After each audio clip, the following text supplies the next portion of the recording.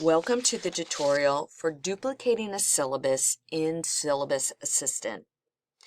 This tutorial is useful for those instructors who have built a syllabus in Syllabus Assistant and they are going to be teaching the same course and want to duplicate all of the content from that previously built syllabus into their new syllabus.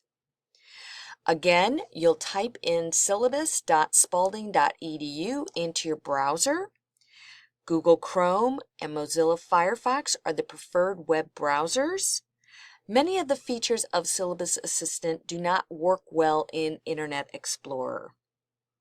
You may use your Spalding Outlook username and password to log into Syllabus Assistant. The next screen that's displayed will list your available colleague course sections you're scheduled to teach in the particular academic year.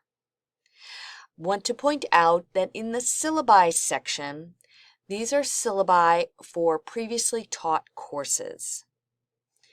Select the course that you are going to be teaching that you know you have a previously taught or previously created syllabus. You'll want to go ahead and find the syllabus that you previously created in Syllabus Assistant, and you're going to want to go ahead and input the 5-digit code number of that syllabus. It is normally noted in the file path of either your tab version or your inline version, and it could still be located in your Moodle course shell. Once you've input that 5-digit number, you'll select the Create button.